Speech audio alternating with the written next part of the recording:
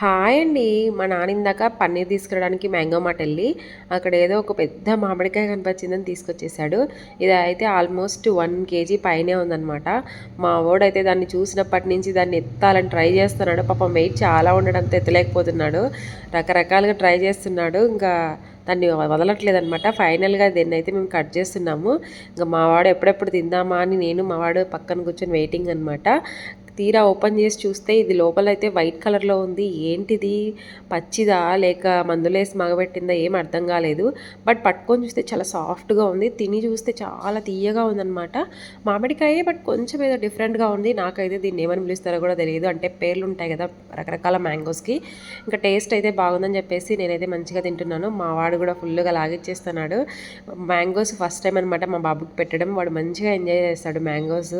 అప్పుడప్పుడు వారానికి ఒకసారి అయితే తినిపిస్తాము. మరీ డైలీ తినిపిస్తే వేడి చేస్తుందని. మీరైతే వీడియోని లైక్ చేసి ఛానల్ని సబ్స్క్రైబ్